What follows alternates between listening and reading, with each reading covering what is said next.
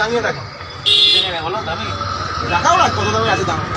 না দেখো একটা 40 টাকা দাম। 140? হ্যাঁ আচ্ছা কম দাম নাও, কম দামে কম দামে দেয়। কম দাম নাও। এ নাও, এটা 80 টাকা দাম, তোমার জন্য 60 টাকা দাও। ধরো দেখো পড়বে। হ্যাঁ 60 টাকা জানিয়া হ্যাঁ 30-40 টাকার মধ্যে দেখাও। 20 টাকা করতে হবে না তো। এই 80 টাকা দাম, 60 টাকা দাম, 50 টাকা দিয়ে দাও। 30? আরে জাঙ্গিয়া কি লোকে দেখবে নাকি? জাঙ্গিয়াটা ভেতরে পড়বো। 30 টাকা জাঙ্গিয়া পাওয়া যায়, গামছা করতে হবে। ঠিক আছে দাও দাও। ঠিক আছে তো? ঠিক আছে ঠিক আছে।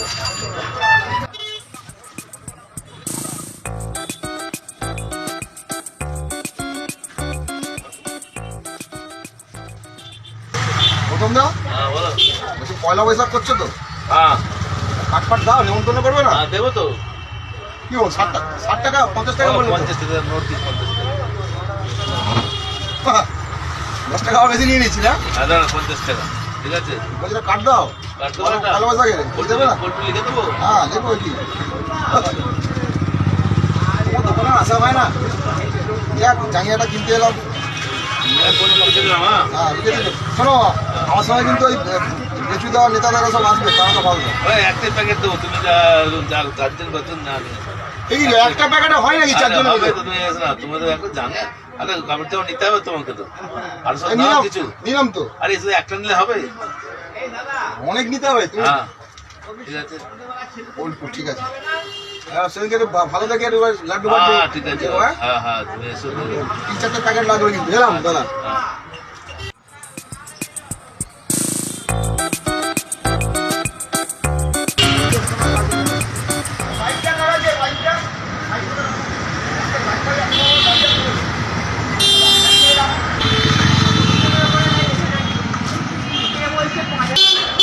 জীবনদা রেডিওটা হয়ে গেছে? হ্যাঁ তোমার রেডিওটা হয়ে গেছে।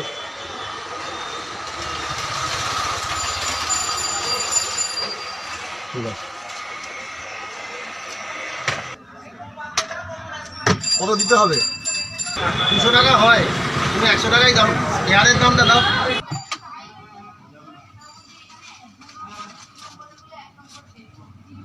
50 টাকা দিলে পয়লা বৈশাখে হালখাতা করছো তো? সেদিনকে কাঠফাট দেবে না নেমন্তন্ন? সেদিনকে আমি বাকি 50 টাকা দিয়ে দেবো, ঠিক আছে? 50 টাকাও বাকি রাখছো? ঠিক আছে দাঁড়াও। কাঠে পল্টু নামটা লিখে দেবে, আর তার সঙ্গে পল্টুর সঙ্গে লিখবে পল্টু আর বন্ধুরা।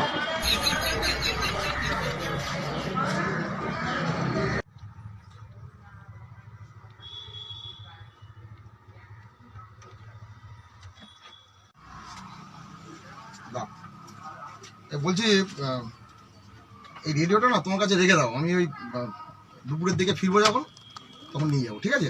তোমার দোকান কটার সময় বন্ধ হয়? 3টে? আমি তার আগেই আসবো, ঠিক আছে?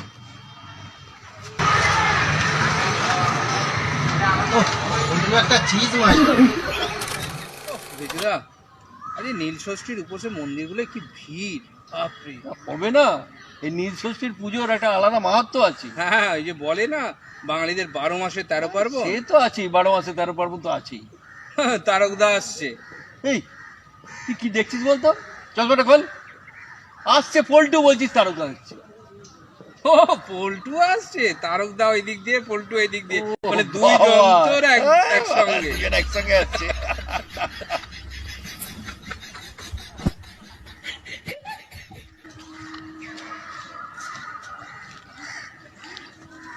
কাজ সালটে এলাম, আমারও কাজটা সেরে দিলাম।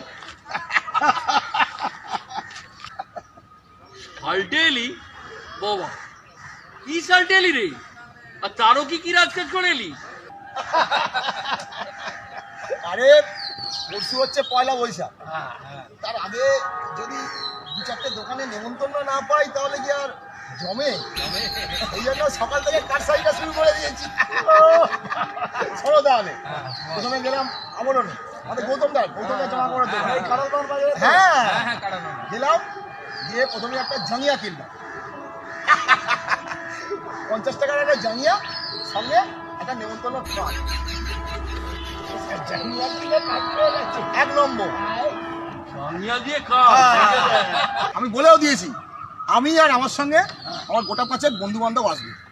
বেচুদা আছে, দীপু আছে, তারকদা আছে, অপজিৎদা আছে, নেতাদা আছে, যারা যারা আর বেশি লোক হলে বেশি লোক নিয়ে চলে যাবো, কিন্তু আমাদের যেমন আছে। প্রত্যেককে আমাদের একটা করে প্যাকেট দিতে হবে। হ্যাঁ সত্যি কথা বলতে কি ঠিক, বেচুদা, ঠিক। ওই যে প্যাকেটের মধ্যে যে দরবেশটা থাকে না, আমার দরবেশটা আমার দারুণ লাগে, তার সঙ্গে ওই যে বাসি গজা, সেগুলো যাই হোক ওইটা কিন্তু একটা ঐতিহ্য। পয়লা বৈশাখ যদি ওই গজা আর সবচেয়ে বড় কথা একটা করে নিমকি, সেই নিমেনও হলেও সেটা ভালো লাগে কিন্তু, তাই না? শোন, তোরা তো মিষ্টি টিষ্টির কথা বলছিস, আমার কিন্তু একটা অন্য ব্যাপার আছে। আমার কিন্তু এই ক্যালেন্ডারটা বেশি ভালো লাগে, বুঝলি? দাঁড়ো, এই ক্যালেন্ডারে কেউ করে লোকনাথের ছবি, কেউ মা কালী, কেউ আবার গণেশের ছবি। ওই ক্যালেন্ডারটা যখন গিয়ে বাড়িতে লাগাই না, সারা ঘরটা একদম উজ্জ্বল হয়ে ওঠে, একদম ঘরের চেহারাই পাল্টে যায়। ঠিক কথা, একদম ঠিক কথা। তারপর আর একটা ব্যাপার বেচুদা, কোনো কোনো দোকানে এই যে আপ্যায়ন করে বসায়, তারপরে শরবত দেয়, তারপরে তো ওই তোমার ওই মিষ্টি, ক্যালেন্ডার, এইসব আমার এগুলো কিন্তু খুব ভালো লাগে। কিন্তু সবই ভালো হলো, ওই যে শেষকালে পকেট থেকে আবার এই 500 না 100 টাকা দিতে হয় না, ওটাই আমার বড্ড গায়ে লাগে। পল্টু ব্যাটা ঠিক বলেছে, ঠিক বলেছে দীপু, এটা কিন্তু ঠিক বলেছে। আমার কিন্তু বুকটা ফেটে যায়। এই যে এই কাঠগুলো যে এনেছি, তাও চেয়ে আনতে হবে, নিমন্ত্রণ তো করবে না। 2 নম্বরটা বলি, শোনো। 2 নম্বরটা হচ্ছে, এটা হচ্ছে আমাদের রেডিওর দোকান, বিধানদার দোকান, ঠিক আছে? বিধানদার কাছে গেলাম, একটা রেডিও সারাতে দিয়েছিলাম, 100 টাকা হয়েছে, 50 টাকা দিলাম, বাড়ির কাজ 50 টাকা দিলাম, 100 টাকাটা পুরো দিইনি, কিন্তু 50 টাকা বাকি রেখেছি। ওকে কি বললাম, পয়লা বৈশাখ করছে তো? বললে হ্যাঁ করছি। এবার কার্ডটা দাও, পয়লা বৈশাখ আসছি, সেদিনকে বাকি 50 টাকা দিয়ে দেবো। এটা জব্বর বলেছি। সঙ্গে 4-5 জনের হয়ে গেল মিষ্টির প্যাকেট, ঠিক আছে? 2 নম্বর হয়ে গেল। আর 3 নম্বরটা যে সোনার দোকান, ওখানে গেলাম, একটা আংটি ছিল আমার হাতে, আংটিটাকে একটু সোজা করে নিলাম, ওখানে রয়েছে, আংটিটাকে সোজা করে নিলাম, সোজা করে দেওয়াতে আংটা সোজা করে দিলাম। বললাম আমি পয়সা করে লাগবে, ওই সোজা করে দিলাম, কি পয়সা দেবে, তোর থেকে পাঠার ছেলে, তাহলে একটা কার্ড দাও, পয়লা বৈশাখ আসবো, সেদিন করে মিষ্টির প্যাকেট দিয়ে তিনটা নেমন্তন্ন, মোটামুটি 6-7 টাকা করে প্যাকেট, মোটামুটি 7 টাকা করে হলে তো 21টা প্যাকেট হয়ে যাবে। এটা তো হলো, এটা গেল 3 নম্বর। এবার 4 নম্বর। এই দাঁড়া দাঁড়া দাঁড়া, তোরা কি আরম্ভ করেছিস বলতো? তোর 3টে, ও আবার বলছে 4 নম্বর। তোর কেসটা কি শুনি?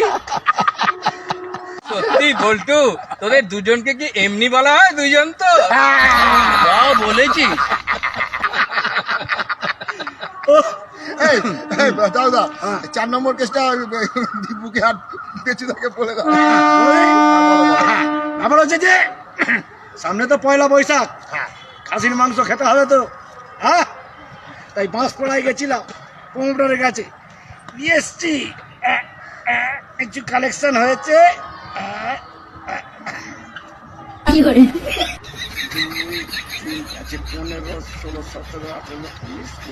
2000 টাকা।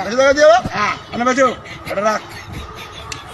শোনো, পয়লা বৈশাখ সন্ধ্যেবেলা যে খাসির মাংস রুটির যে আইটেমটা হওয়ার কথা ছিল, ঠিক আছে, তাতে 5000 টাকা খরচা আছে, 2000 টাকা আপাতত উঠে গেল, বাকিটা দেখছি অন্য জায়গায় আরো টিপ আছে। আমাদের নিজেদের পকেটটা থেকে খরচা যেন না। আরো টিপ আছে তো, হয়ে যাবে।